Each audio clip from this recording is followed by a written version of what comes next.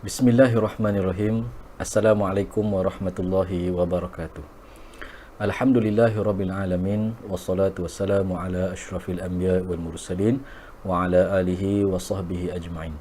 Subhanaka la ilma lana illa ma 'allamtana innaka antal alimul hakim. Rabbi shrah li sadri wa yassir li amri wahlul 'uqdatam min lisani yafqahu qawli.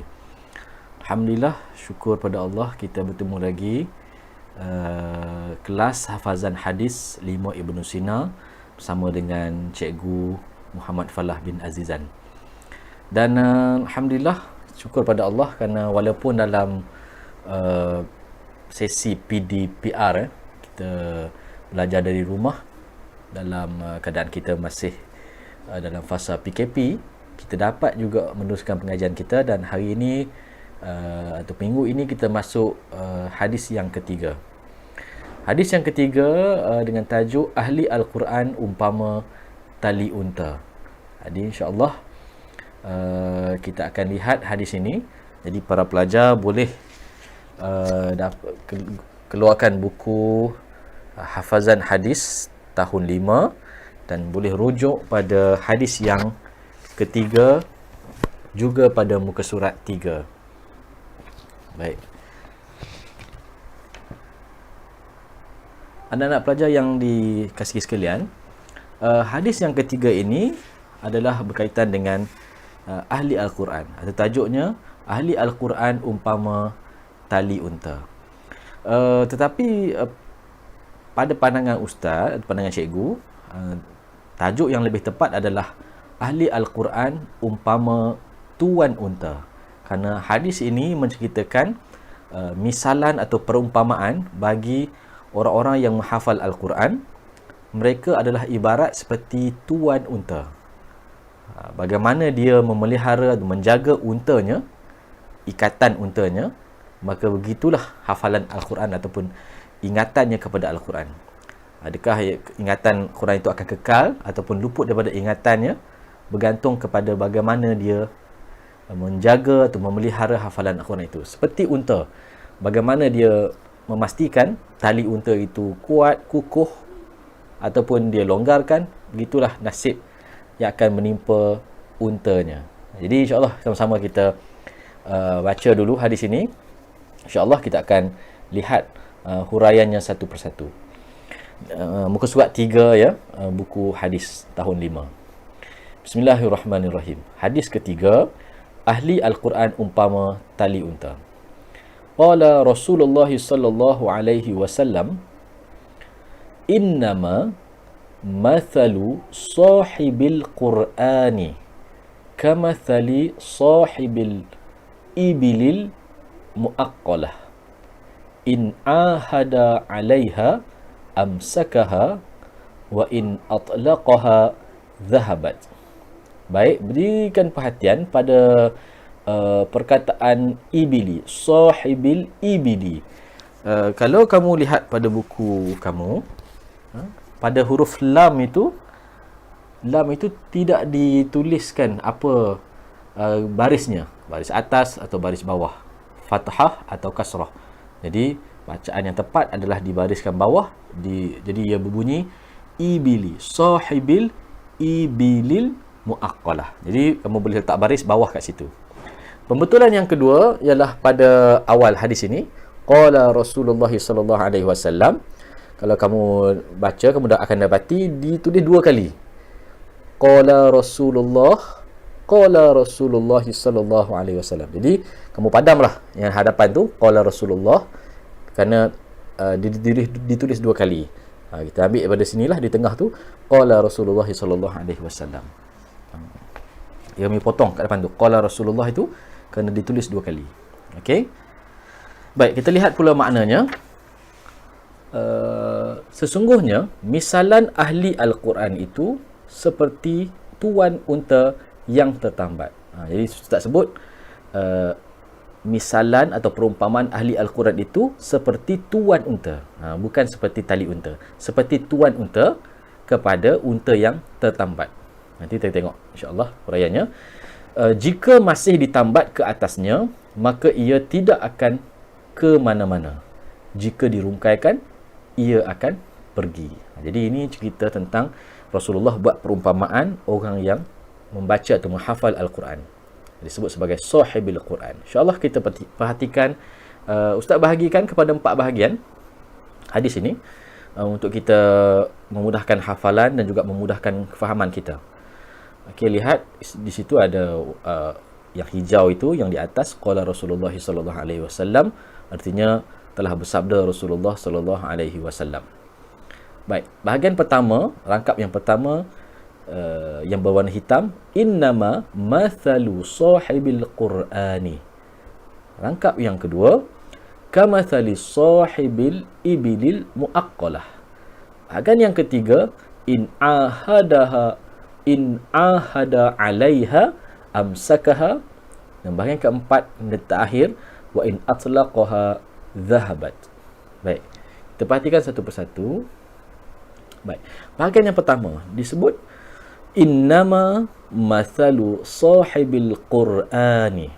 Jadi dalam ayat atau hadis ini Rasulullah sallallahu alaihi wasallam bersabda, Rasulullah menyebut innama, sesungguhnya, mathalu. Dalam bahasa Melayu, mathalu ini bermakna misal lah.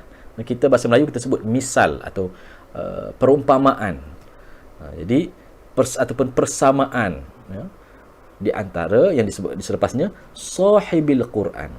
Jadi misalan atau perumpamaan atau persamaan seorang sahibil Quran. Maknanya walaupun disebut di sini misalan ahli Al-Quran, sahibil Quran diterjemahkan sebagai ahli Al-Quran, tapi yang dimaksudkan dengan ahli Al-Quran itu adalah orang yang menghafal Al-Quran. Jadi orang yang menghafal Al-Quran disebut sebagai sahibil Quran. Jadi perhatikan gambar itu, maknanya orang yang menghafal Al-Quran, yang ada Al-Quran dalam dada dia, dia menghafal Al-Quran, dia seorang hafiz misalnya.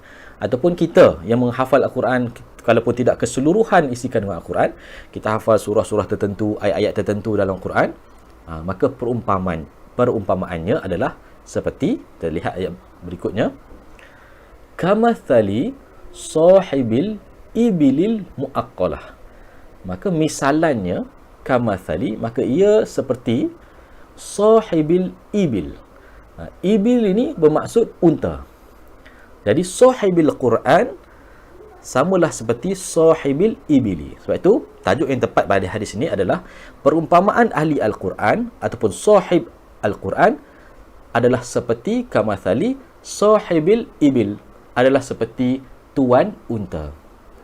Orang yang memiliki Al-Quran, maknanya ada Quran dalam dada dia, samalah seperti orang yang memiliki unta.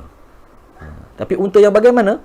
Maka disebutkan ibilil muaqqalah, unta yang ada ikatan, maknanya unta yang tertambat, unta yang ada tali diikat, seperti dalam gambar tu. Maknanya itu perumpamaan. Bagaimana keadaannya? Jadi keadaannya, in ahada alaiha, jika dia menjaganya, memegangnya, mengikatnya, ahada alaiha, dengan sungguh-sungguh. Unta itu dia ikat, dia pegang, dia tambat dengan sungguh-sungguh, dengan sebaik-baiknya, amsakaha, maka dia akan berhenti. Unta itu tak akan ke mana-mana. Dia akan menghalang unta itu daripada pergi. Dia akan berhenti kat situ. Unta itu tak akan ke mana-mana. Jadi ahada alaiha artinya kita berjaga dengan sungguh-sungguh, pegang dengan kuat. Gambar tu contoh sajalah. Tapi maknanya dia tidak akan ke mana-mana. Amsakaha, kalau kamu masih ingat bulan Ramadan, tak lama lagi kita juga akan masuk bulan Ramadan. Bila kamu bersahur 10 minit sebelum masuk waktu subuh, ada 10 minit itu disebut sebagai waktu imsak. Apa maksudnya? Waktu imsak artinya kita berhenti daripada makan dan minum.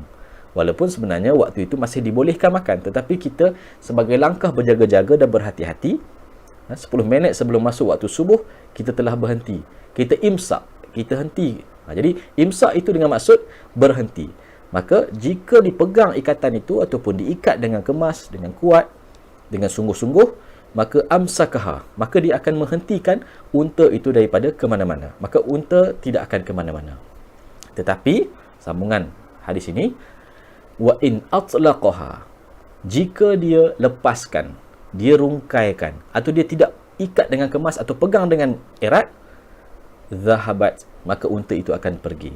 Atlaqaha, maknanya tolak. Kalau kita dalam nikah kahwin ni, dia kahwin, nikah, dia ada tolak, bercerai. Jadi maknanya kalau dilepaskan ikatan itu, maka unta itu akan lari. Okay. Kita lihat semula hadis ini pada perkataan-perkataan yang tertentu yang mungkin kita akan tersilap dalam menyebutnya. Pertama, pada perkataan di awal tadi, innama mathalu. Jadi pastikan tha itu adalah tha, bukan sin, sa, tapi tha. Gigit hujung lidah, tha, mathalu. Dan sahib, huruf sad, bukan huruf sin, ataupun tha juga, tapi dia sad, sahibil Quran. Okay. Ini saya nak tengok pada perkataan-perkataan, takut kita tersilap dalam menghafal ataupun menyebut kalimah-kalimah yang ada dalam hadis ini. Sekali lagi, kamathali, kamatha, sekali lagi huruf thin kat situ, fi, sad, huruf sad, ibilil muaqqalah, muaqqalah, ya. Ini saya tak ada masalah. Kemudian in ahada, huruf ain kat situ, ahada alaiha, ahada alaiha, amsakaha, amsakaha. Yang terakhir, wa in atlaqaha dhahabat, dhahabat. Okey, baiklah. Ya, apa yang kita nak fahamkan daripada hadis ini? Apa yang Rasulullah cuba sampaikan kepada kita? Jadi dalam hadis ini, Rasulullah sallallahu alaihi wasallam nak beritahu pada kita bahawa orang yang menghafal Al-Quran atau orang yang ada Al-Quran dalam dada dia, maka dia mesti jaga dengan bersungguh-sungguh. Kenapa? Kerana Al-Quran itu seperti unta yang tertambat. Jika dia tidak ikat dengan betul-betul, dia tidak pegang betul-betul, maka unta itu akan pergi, akan lari. Seperti juga ingatan kita kepada Al-Quran. Setelah kita menghafal Al-Quran, maka kita mesti jaga hafalan Al-Quran kita. Bagaimana caranya? Ialah dengan kita sentiasa mengulang-ulang hafalan kita. Kita sentiasa praktiskan hafazan kita supaya ia tidak pergi. Jika kita melalaikannya, kita tak ulang, kita tak baca, dalam kaedah tahfiz disebut tidak murajaah, tidak buat ulang kaji, tak buat revision, maka hafalan itu akan hilang. Seperti mana unta yang dibiarkan, dilepaskan talinya, maka dia akan zahabat, dia akan pergi. Jadi inilah pengajaran khusus daripada hadis ini, supaya kita sentiasa mengulang atau menjaga hafalan Al-Quran yang kita telah pun ingat. Itu secara khusus. Maknanya ini satu nasihat, panduan kepada ahli Al-Quran ataupun orang yang menghafal Al-Quran, maka dia mesti sentiasa mengulang. Tak boleh dia baca, betul, dia hantar pada guru dia tasmi' bacaan pada gurunya, kemudian dia tinggal. Kerana kalau dia buat macam tu, Quran akan hilang. Sebab itu orang yang menghafal Quran, dia kena sentiasa ulang kaji. Mungkin ada kalangan anak-anak pelajar yang ada abang dia atau kakak dia yang hafal Quran, dia duduk di tahfiz, ataupun waris dia yang menghafal Quran. Cuba tengok, mereka sentiasa mengulang. Walaupun mereka telah pun dah habis 30 Quran, dah dapat title Al-Hafiz, mereka tetap kena ulang supaya hafalan itu tidak hilang. Jadi ini satu tips daripada Rasulullah SAW supaya kita sentiasa menjaga hafalan kita. Baik, itu secara umum, secara khusus tentang hadis ini, dengan murajaah. Tapi secara umumnya, hadis ini juga mengajar kita bahawa sesuatu ilmu ataupun kemahiran ataupun pengetahuan yang kita ada, jika kita tidak mengulang kajinya atau kita praktis, maka kemahiran itu akan hilang. Termasuklah kita menghafal hadis ini. So, kalau kita hafal hadis ni semata-mata kita dah hafal sekali, kita hantar rakaman dekat cikgu, dekat guru, kemudian kita lupa, ustaz percaya tak sampai minggu depan kita dah tak ingat dah hadis yang kita hafal pada minggu ini. Kalau semata-mata kita hafal semata untuk hantar pada guru saja, sebab itu rugilah. Sedangkan antum atau anak-anak pelajar dah tahun 5, Maknanya darjah 1 atau tahun 1 dah belajar hadis. Tahun 2, tahun 3, tahun 4. Kalau 20 hadis 1 tahun, bermakna dah ada 80 hadis yang telah pun dihafal. Bayangkan, kalau 80 hadis itu, kita sentiasa ulang dan kita baca, dia duduk dalam dada kita, 80 hadis dalam dada kita. Subhanallah, banyak tu. Tetapi kalau kita tak ulang, maka dia akan rugilah. Maknanya, kita dah hafal, pernah hafal, tetapi hari ni kita lupa dah apa hadis yang kita hafal. Termasuklah doa-doa. Tak selalu sebut, masa kita duduk tadika, duduk pasti, semua doa kita hafal. Doa makan, doa selepas makan, nak tidur, bangun tidur, masuk bilik ayak, keluar bilik ayak, doa untuk ibu bapa, semua kita hafal doa. Tetapi kerana kita tak amalkan, akhirnya bila kita masuk sekolah rendah, kita dah lupa dah doa yang kita hafal masa kita tadika ataupun pasti dulu. Jadi rugilah. Jadi hadis ini kita kena mengulang. Apa sahaja kemahiran. Masuk misalnya kita pernah belajar memasak, kita pernah belajar dalam gambar ini orang yang belajar memanah. Ini kemahiran. So kemahiran ni cara untuk kita kuasainya, patah Inggeris ataupun kata-kata Inggeris menyebut repetition is the mother of all skills. Maksudnya pengulangan ataupun praktis, berulang kali buat, berulang kali lakukan, itulah ibu ataupun asas kepada kita menjadi seorang yang mahir. Seorang tukang yang mahir, yang buat ukiran yang sangat cantik. Kenapa dia boleh buat cantik? Kerana dia mengulang banyak kali dia buat. Mungkin 3 tahun, 4 tahun, 5 tahun, 10 tahun pengalaman dia. Hari-hari dia mengukir, akhirnya dia jadi seorang yang sangat mahir. Mungkin tak tengok pun dia boleh buat. Tak lakar pun dia boleh buat dengan cantik. Kenapa? Kerana dia telah menguasai kemahiran. Hasil daripada apa? Dia buat berulang-ulang kali. Demikianlah hafalan, demikianlah juga apa juga kemahiran. Maka dia mesti diulang-ulang sehingga kita mahir. Ini pengajaran secara umum daripada hadis ini, bahawa sesuatu kemahiran itu mesti dijaga, mesti dibuat berulang kali, barulah dapat kita kuasai. Termasuklah apa sahaja yang kita pelajari di sekolah, di kelas. Pentingnya ulang kaji. Kita belajar dengan guru kita, sebab itu guru bagi kita homework atau kerja rumah, supaya kita mengulang kaji di rumah apa yang telah kita pelajari dalam kelas, supaya dia kekal dalam ingatan kita dan kita memantapkan lagi kefahaman kita. Tapi kalau kita dengar sekali, kita faham, kemudian kita tinggal, akhirnya ilmu tu akan hilang. Jadi inilah kepentingan untuk kita mengulang. Maksudnya pengajaran secara umum dari hadis ini ialah kita kena praktis, apa yang disebut, orang Inggeris sebut practice make perfect. Jadi itulah pengajaran yang besar daripada hadis ini. Bagaimana untuk kita menghafalnya? Seperti biasa, untuk hadis ini juga Ustaz telah buat satu lagu untuk kamu, memudahkan kamu menghafalnya. Seperti biasa, Ustaz selalu sebut, terpulang pada kalian. Kalau rasa ini boleh membantu, silakan. Tapi kalau rasa ada kaedah lain yang lebih mudah untuk membantu kamu menghafal, pun tak ada masalah. Yang penting kita hafal hadis ini dengan baik dan juga maknanya. Ya, seperti mana yang telah ditetapkan dalam silibus kita, insya-Allah. Baik. Untuk hadis ini kali ini Ustaz lagunya seperti ini. Cuba kita dengar. Qala Rasulullah sallallahu alaihi wasallam, Innama mathalu sahibil Qur'ani kamathali sahibil ibilil muaqqalah in ahada 'alaiha amsakaha wa in atlaqaha dhahabat. Dapat? Rentak dia dapat tak?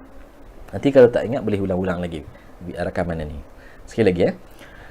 Innama mathalu sahibil Qur'ani kamathali sahibil ibilil muaqqalah in ahada 'alaiha amsakaha wa in atlaqaha dhahabat. Boleh. Cuba ikut bersama-sama dengan perlahan. Cuba ikut rentak yang Ustaz buat ni. Innama mathalu sahibil Qur'ani kamathali sahibil ibilil muaqqalah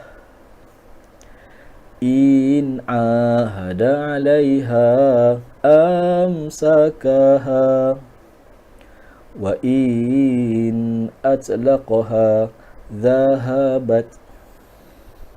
Boleh? Okey, cuba kita lihat maknanya pula. Sesungguhnya misalan ahli Al-Quran itu seperti tuan unta yang tertambat jika masih ditambat ke atasnya, maka ia tidak akan ke mana-mana. Jika dirungkaikan, ia akan pergi. Sekali lagi. Innama mathalu sahibil Qur'ani kamathali sahibil ibilil muaqqalah in ahada 'alaiha amsakaha wa in atlaqaha dhahabat. Sesungguhnya misalan ahli Al-Quran itu seperti tuan unta yang tertambat jika masih ditambat ke atasnya, maka ia tidak akan ke mana-mana. Jika dirungkaikan, ia akan pergi. Boleh? Cuba ulang dan ulang. InsyaAllah mudah-mudahan ia akan membantu hafalan anak-anak pelajar semua untuk hadis yang ketiga. Baik, sebagai tugasan untuk minggu ini, bagi membantu hafalan anak-anak selain daripada mengulang lagu ini atau nasyid ini, anak-anak pelajar dikehendaki untuk menulis semula hadis yang ketiga ini sebanyak 3 kali. 3 kali hadis yang ketiga ini sebanyak 3 kali teks Arab dan juga maknanya di dalam buku tulis atau buku nota hafazan hadis. Sebelum ini kita telah tulis hadis yang pertama. Untuk kali ini kita tulis hadis yang ketiga sebanyak 3 kali. Oleh sebab esok kita akan bercuti sehinggalah hari Jumaat dan kita akan bertemu semula persekolahan secara PDPR ini pada hari Isnin, maka tugasan ini akan dihantar pada hari Jumaat depan. Bukan Jumaat ni, Jumaat depan. Jadi kalau ikut tarikhnya, Jumaat depan pada 19 hari bulan. 19 hari bulan tugasan ini akan dihantar. Untuk minggu hadapan, Ustaz bercadang untuk kita ulang kaji semula ketiga-tiga hadis yang telah kita hafal. Hadis yang pertama tentang habatus sauda, hadis kedua tentang syifa, 3 jenis penawar penyakit, dan juga yang ketiga adalah hadis tentang sahibil Quran ataupun ahli Al-Quran. Jadi kita cuba ulang kaji balik ketiga-tiga hadis ini pada minggu hadapan. Jadi sesiapa yang telah pun menghafal hadis ini, hadis yang ketiga ini, bolehlah menghantar rakaman video atau rakaman suara kepada Ustaz untuk kita semak dan juga rekod tahap hafalan anak-anak pelajar sekalian. Jadi sebagai akhirnya, oleh sebab kita masih lagi duduk dalam suasana PKP dan kita teruslah berdoa kepada Allah Subhanahu Wa Taala, semoga Allah Taala memelihara kita semua dan menyelamatkan kita semua daripada pandemik COVID-19. Jadi jangan lupa teruskan berdoa. Doa hindari wabak. Rasanya selalu dah kita dengar dalam corong radio dan juga muka TV doa ini yang berbunyi, Allahumma inni a'udzubika minal barasi wal jununi wal juzami wa min sayyi'il asqam. Jadi banyakkan berdoa, Allahumma inni a'udzubika minal barasi wal jununi wal juzami wa min sayyi'il asqam. Mudah-mudahan Allah Ta'ala melindungi kita semua. InsyaAllah kita bertemu minggu hadapan. Jangan lupa tugasan kita, salin 3 ayat ataupun 3 kali hadis ini dalam buku tulis, dan hafal hadis ini. Siapa yang telah pun menghafal bolehlah menghantar rakaman suara ataupun video kepada Ustaz. Sekian, kita berjumpa lagi. Kita tangguh dengan tasbih kafarah dan suratul Asr. Subhanakallahumma wa bihamdika asyhadu an la ilaha illa anta astaghfiruka wa atubu ilaik. Bismillahirrahmanirrahim. Wal 'asr innal insana lafi khusr illa alladhina amanu wa 'amilus solihat wa tawassaw bil haqq wa tawassaw bis sabr. Assalamualaikum warahmatullahi wabarakatuh. Bye bye.